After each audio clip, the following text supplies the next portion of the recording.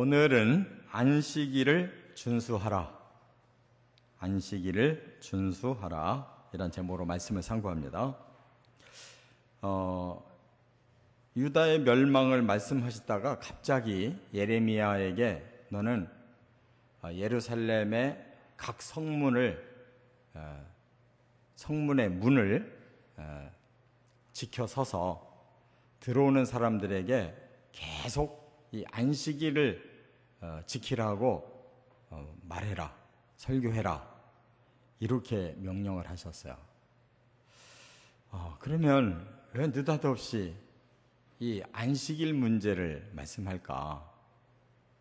안식일은 10계명 중에 제4계명이거든요. 그래서 왜 이렇게 부분적인 율법을 강조하실까? 이런 생각이 드는데, 바로 그 10계명 중에서 이 한 계명이 바로 범죄의 시작이고 가장 큰 결과다 하는 걸 말씀하는 거예요. 왜냐하면 1계명 나 외에 다른 신이 없다, 하나님의 그 형상을 새기지 말고 또 하나님 이름을 함부로 부르지 마라, 그러고 네 번째가 이제 하나님의 나를 지켜라, 그거거든요. 그리고 5번째부터 10번째가 이웃을 해치지 말고 사랑해라, 그 말씀인데, 이 모든 말씀을 가장 심도 있게 지킬 수 있는 첫걸음이 안식일부터 시작되는 거예요. 이것은 매주 실천해야 되는 일이에요. 그렇기 때문에 실질적으로 하나님 경외하는 사람이 신앙생활을 하는 가장 규칙적인 그 행위가 바로 안식일 준수에 있는 겁니다. 이것이 무너지면 다른 것이 다 무너지게 돼 있어요. 이건 행동으로 반드시 일주일에 한 번씩 점검이 돼야 되는 중요한 문제이기 때문에 그런 거예요. 그래서 바로 여기에 문제가 있다는 것을 하나님이 지적하시고, 회개하고 돌아오라 하면 첫 번째로 회개할 일이 바로 안식일을 지키지 아니하고 방탕하게 된 걸 회개하고 당장 안식일부터 지키면서 신앙생활을 180도로 변화시켜야 된다, 그 말이에요. 그렇기 때문에 이 안식일이라는 게 뭔가를 제대로 알아야만 신앙생활이 건강하게 회복될 수 있는 겁니다. 그래서 첫째, 21절부터 23절에 안식일을 거룩히 지키라, 이 거룩이라는 단어를 강조하신 거예요. 안식일은 거룩한 날이다. 그럼 이 거룩이라는 말은 어느 때 쓰는 거냐? 하나님께만 쓰는 거예요. 하나님만 거룩하시고 모든 피조물들은 거룩하지 않습니다. 그렇기 때문에 안식일을 거룩히 지키려면 하나님 앞에 나와야 되고, 하나님 만나야 되고, 하나님께 예배드려야 되고, 하나님 말씀 들어야 되고, 하나님을 위해 봉사해야 되고, 하나님을 위해 헌신해야 그 하루를 통해서 거룩을 담는 거예요. 이 원리가 깨지니까 안 되는 거예요. 그래서 하나님께서 안식일을 지키려면 제일 먼저 시작돼야 되는 것이 너희들의 일방적인 행동을 멈춰야 된다는 거예요. 왜냐하면 하나님은 시간의 단위를, 일주일 단위를 가장 중요하게 여기셔요. 그래서 일주일을 계속 이렇게 단위로 해서 반복해 나가는데 6일 동안은 너희들이 마음껏 사용하는 날이다. 그러나 7일, 하루는 하나님의 날이다. 너희 날이 아니야. 이거는 하나님을 위한 날이고 하나님께 드리는 날이고 하나님의 날로 구별을 해야 된다. 스스로 삼가라 하면서 구체적으로 뭐라고 말씀했냐면, 짐을 들고 성문 안으로 들어오거나 또 너희들이 또 집에서 짐을 가지고 다른 사사로운 일을 하는데 움직이면 안 된다 그랬어요. 그 말은 뭐예요?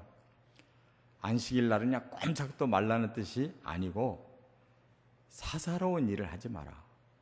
너희 날이 아닌데 너희들을 위해 장사한다든지 너희들을 위해서 뭐 무슨 멀리 여행을 한다든지 너희들 개인 일을 하는 날이 아니다. 일주일에 하루는 하나님 날이니까 그날은 하나님을 위해서만 사용해라. 그런 뜻이에요.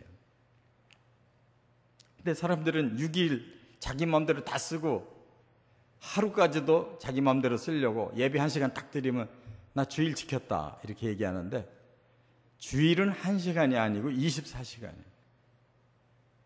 그러니까 24시간을 내가 하나님께 드려야 된다. 하나님의 나를 지켜야 된다. 하나님이 원하시는 일을 해야 된다. 이 정신이 박혀야 신앙이 올곧게 서는 거예요. 그런데 6일도 자기 마음대로 사용하고 7일 하나님의 날까지도 잠깐 1시간 예배 드리러 와서 그 1시간 예배 드린 걸로 나는 하나님의 날을 다 지켰다.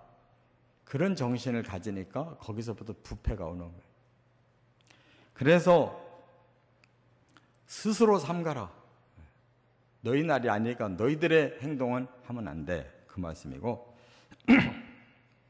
거룩히 하기 위해서 우리를 거룩하게 해주시려고 뭘 원하시느냐. 하나님 앞에 와서 예배드리라는 거예요. 구약시대에는 제사잖아요.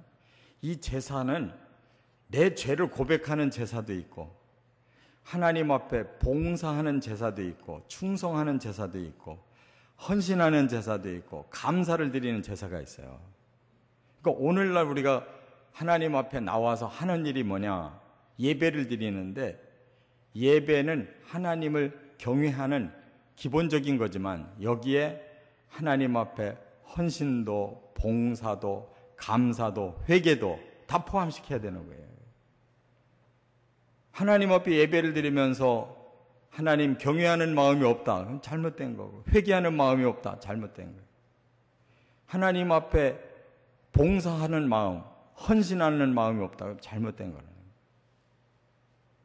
그러니까 예배만 당그러니 드리고 가는 게 아니고 하나님의 날 하나님을 위해 뭔 봉사를 할까?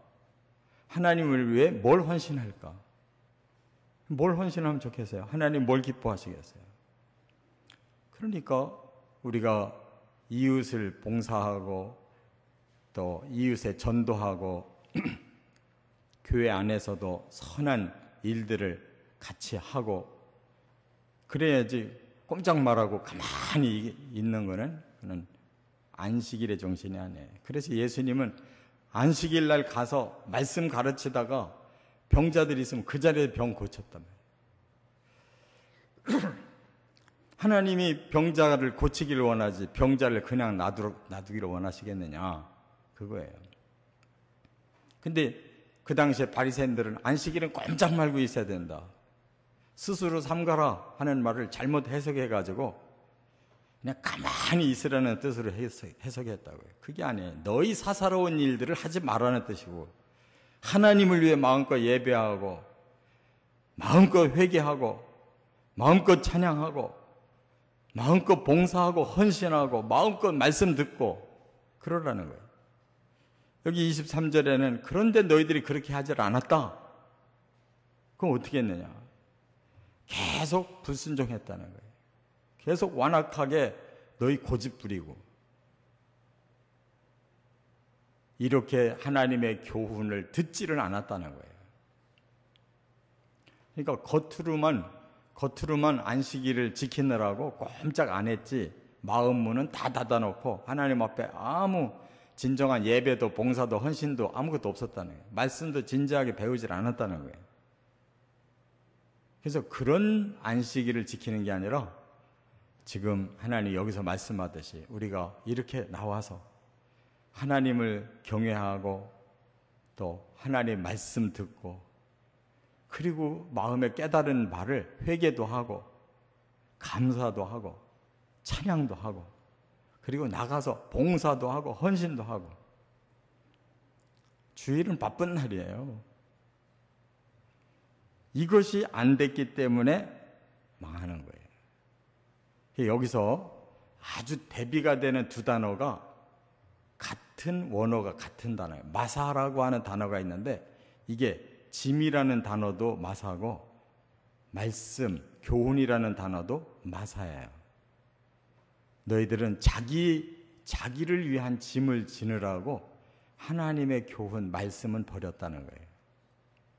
하나님 원하는 거는 너희들 사사로운 짐을 버리고 교훈을 받으라는 거예요. 말씀을 짊어지라는 거예요. 이걸 사람들이 반대로 하니까 망하는 거예요.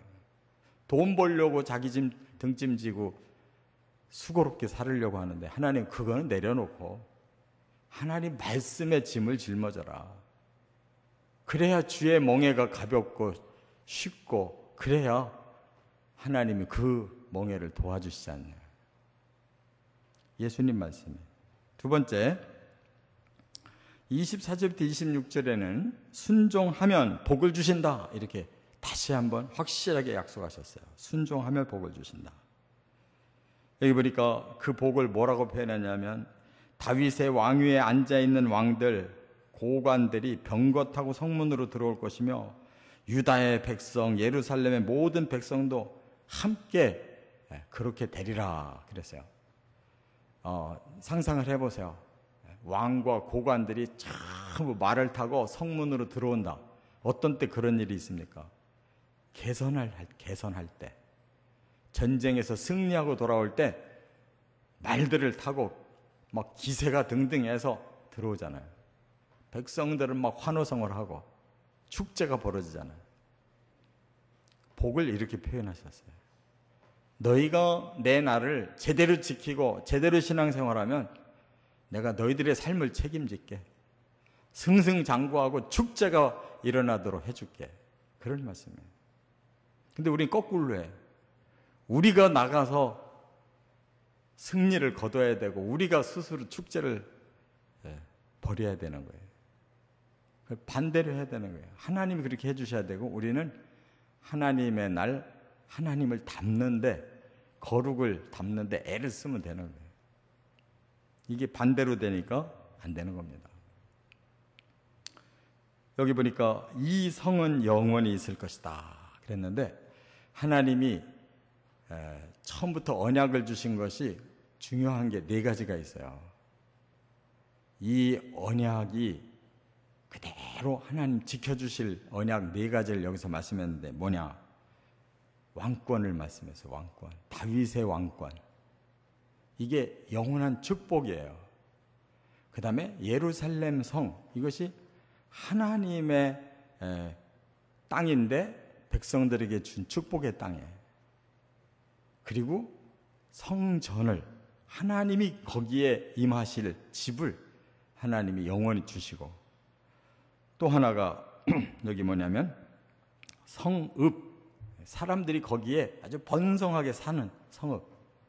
다 폐허가 되면 그게 무슨 복이에요? 막 성읍이 사람들을 차고 넘치는,